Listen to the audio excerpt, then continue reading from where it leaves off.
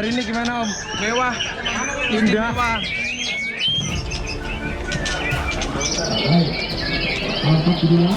mewah. Ada cocok. Sip. Waktu itu kan kita masih mainnya kan di Labet. Habis itu kakak saya Erik pengen main murai. Nah ya saya ngomong kalau murai ya pilihan yang paling tepat pada saat itu dan mungkin masih sampai saat ini ya Budrek.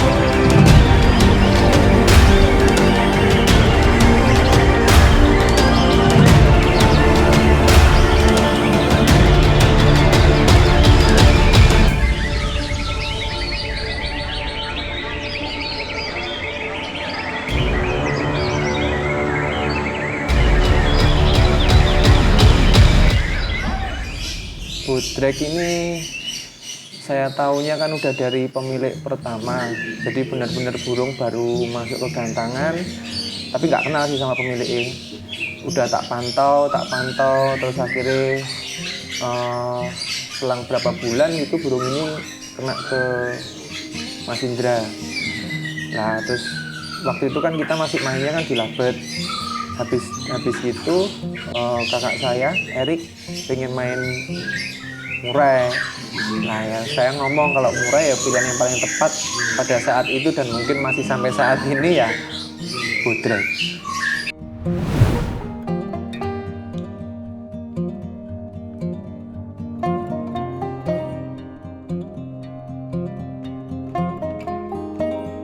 Terus saya sama Mas Indranya kan baik, Erik juga kenal baik, akhirnya dinego, dikasih. Nah, kenapa kok yang disarankan itu kok Budrek? Karena Budrek ini punya karakter tarung bagus. Mungkin burung yang punya karakter tarung bagus dengan kualitas bagus di kelas murai itu kan banyak banget. Tapi yang stabilnya luar biasa setahu saya ya Budrek. Saya kan mantaunya udah dari hampir dikatakan dari awal masuk ke gantangan. Sampai di hari yang waktu Erik nego itu. Itu berapa bulan mantau? Kalau mantaunya sekitar 4-6 bulan. Tapi kalau taunya Budrek kan udah dari sejak dia hampir kayak lepas trotol.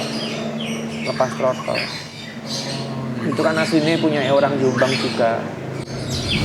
Memang dari awal udah kelihatan Bagus dari awal. Iya.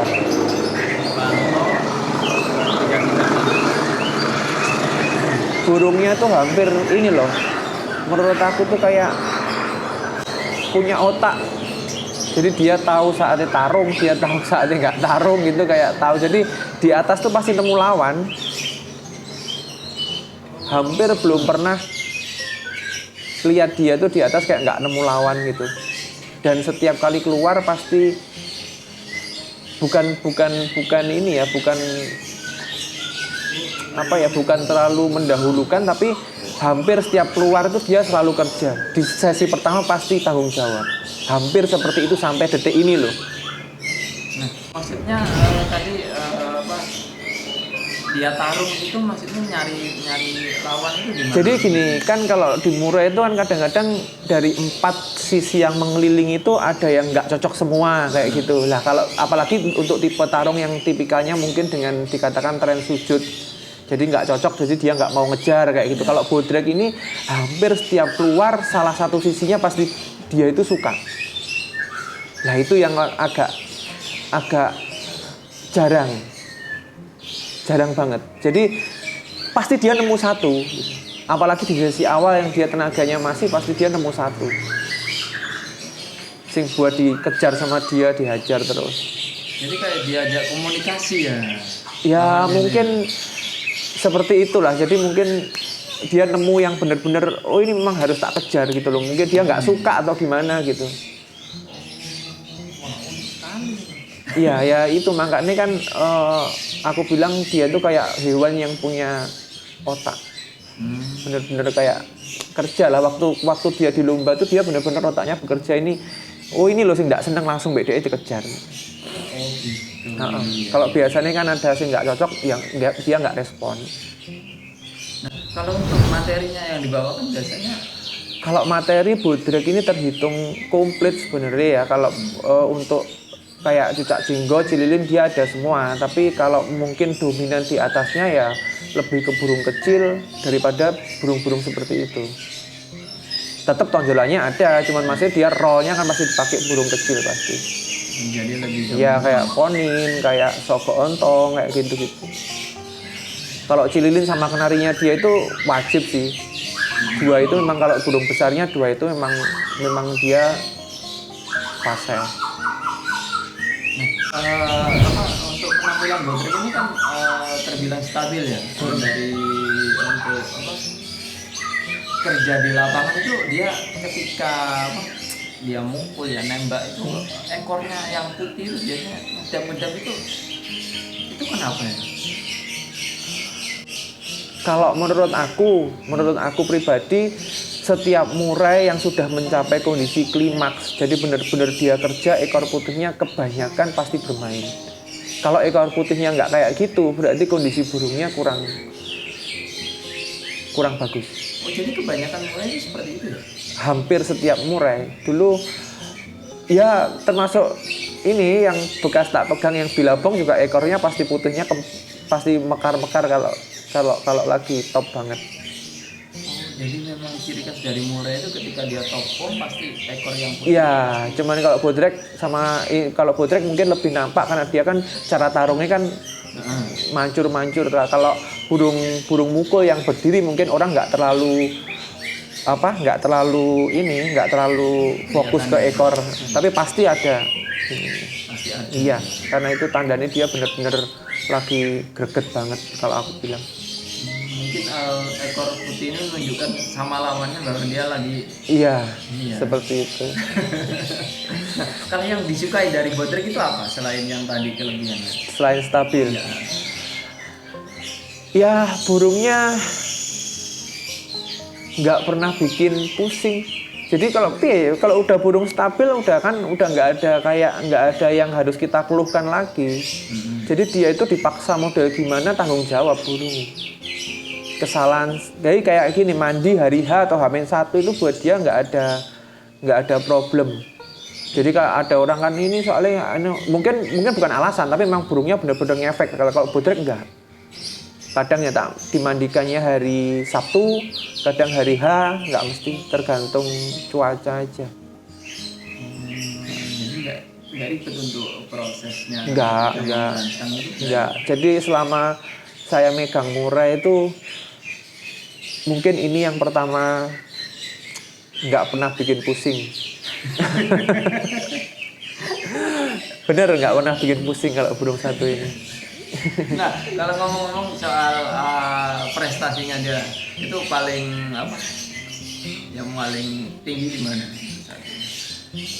Kalau di kelas murai saat ini mungkin kan memang SMM jadi salah satu tombak ukur buat murai batu mania bodrek. 2 kali keluar di SMM, puji Tuhan selalu juara 1 di kelas utama. Iya. Termasuk di anniversary kemarin. Anniversary kemarin tiket 5.500.000 juara 1.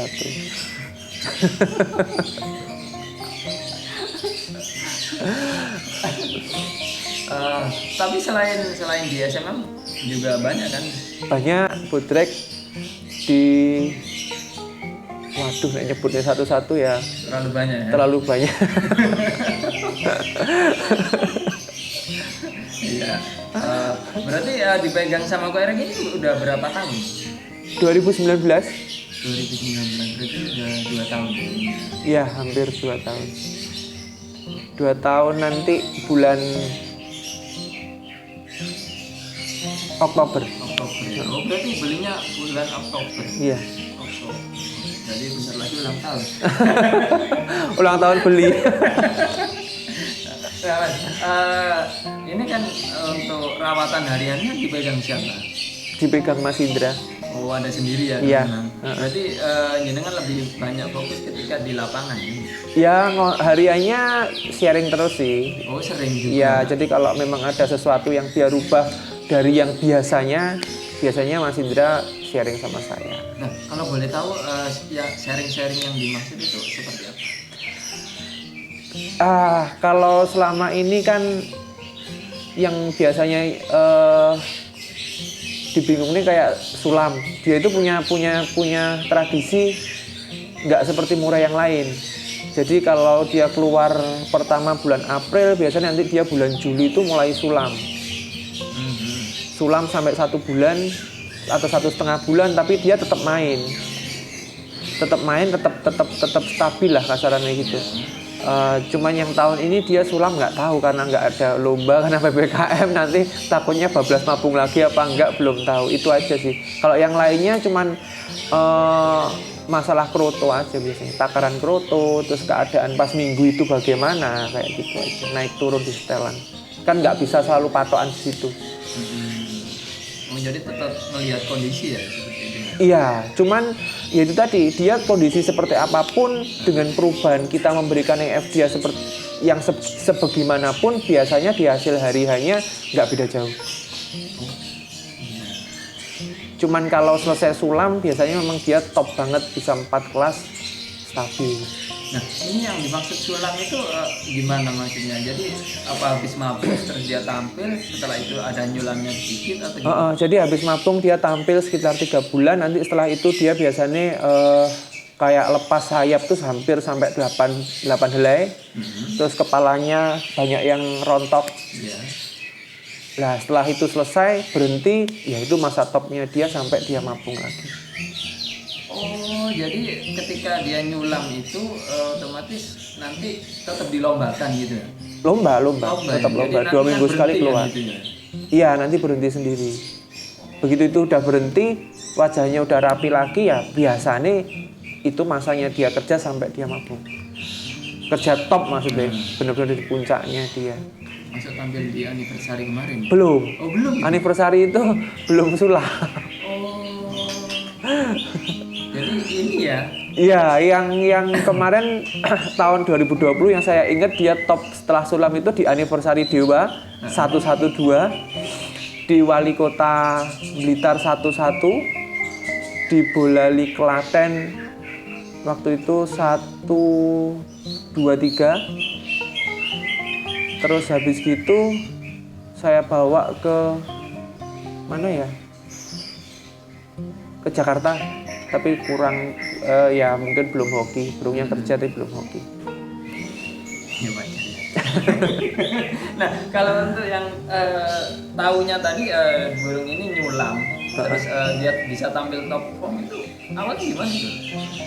Ya awalnya juga bingung sih, kok burung ini selalu setiap tahun kok ada sulam. Cuman setelah sulam itu memang dia udah kerjanya gila gitu.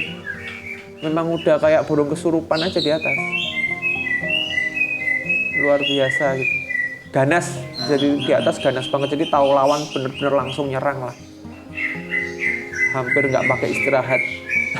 Nah kalau untuk yang tahun ini kan nyulam, tapi lombanya kan nggak ada. Ini gimana nanti? Lah ini sulamnya sekarang ini agak berlebihan, makanya belum tahu. Nanti besok minggu ini mau tak coba, padahal ya hancur banget, bulunya hancur banget. Nggak seperti sulam-sulam tahun kemarin. Tapi minggu ini nanti tak paksa, tak panasi ke lapangan. Nanti lihat minggu besok ini gimana? Ya minggu ini sama minggu depan lagi tak paksa main di lapangan. Ya berharapnya berhenti sulami. Ini soalnya udah melebihi batas, sudah lepas 12 helai. Takutnya nanti jadinya mabungnya. Iya, betul. Jadi kalau takut jadinya mabung, otomatis nanti ada perubahan schedule nanti hasilnya.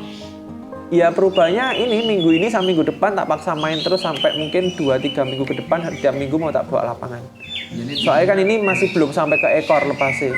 Tapi bulu merah udah mulai rontok. Sayap udah 12 helai, kepala udah ganti. Jadi tujuannya untuk Menghentikan aja, iya. Biar dia emosinya naik lagi. Soalnya burungnya kalau di rumah meriwik terus, jarang ngeplong. Ngeplongnya kalau subuh aja sih. Cuman ngeriwik kan? Iya, harian ngeriwik. Ngeplong subuh. Ngeplongnya cuma kalau subuh-subuh pasti ngeplong. Di lapangan juga kalau deket murai nggak pernah respon kok. Kalau di kerodong itu ya banyak diem, iya. Kayak burung nggak mau tarung. Baru kalau udah dijantan.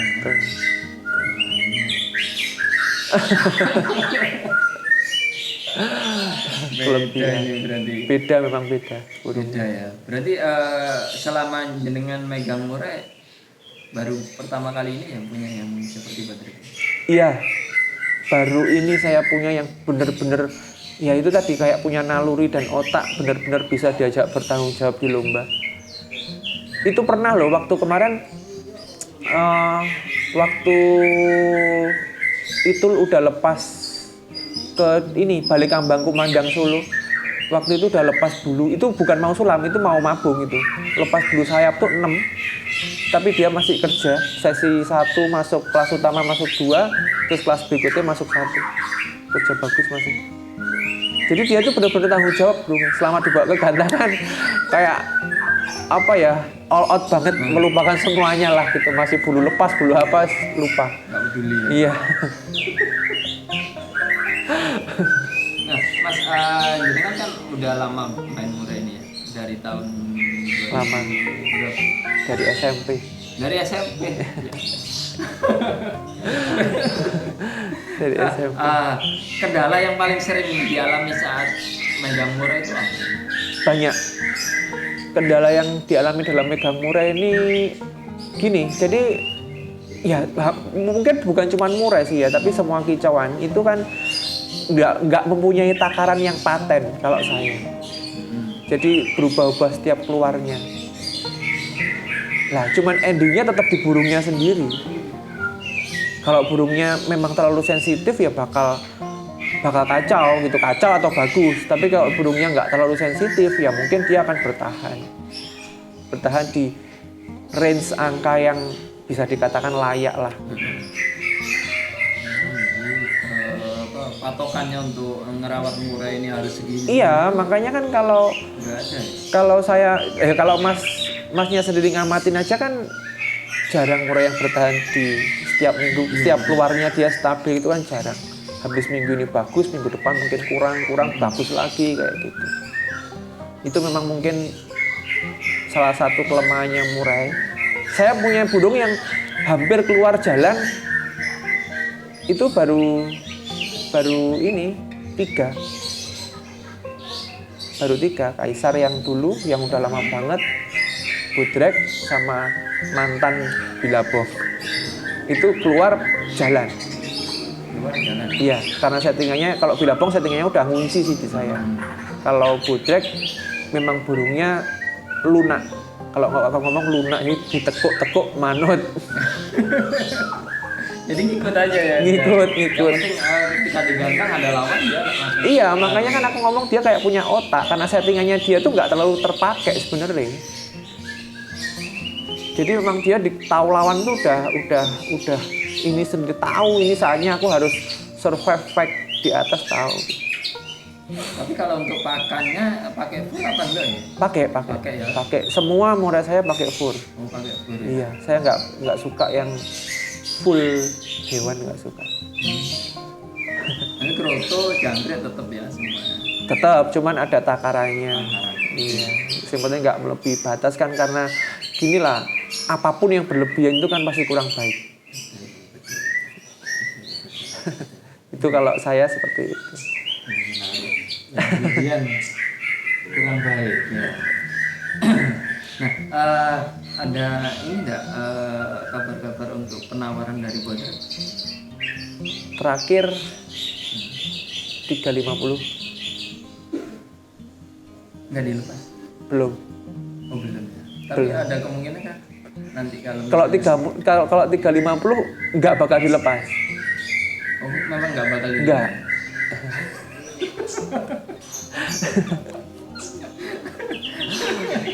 Berarti di atasnya.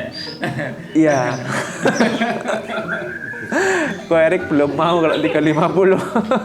Tapi kalau misalkan nanti apa burung ini dilepas dengan harga yang lebih ya, itu kira-kira kalau untuk nyari gacuan lagi lebih gampang atau lebih susah lagi atau gimana? Bakal susah, makanya kita mempertahankan di harga yang memang menurut kita pantas, menurut kita loh ya, pantas karena saya sendiri ngomong ke Ko Erik kalau nanti ini lepas ini burung, kita pasti bakal kedodoran buat mencari lagi yang seperti bodrek. Karena sepanjang saya megang murah ya baru satu ini yang bener-bener nggak pernah bikin pusing ke pemiliknya. Beneran, baru satu ini. Baru ini. Nggak pernah bikin pusing dan selalu tanggung jawab di lapangan. Mungkin ini kalau orang ngomong kayak gini dengar mungkin dikira sombong banget sih gitu. Tapi kalau memang orang yang tahu perjalanannya bodrek dari nol sampai sekarang bakal mengiyakan kok.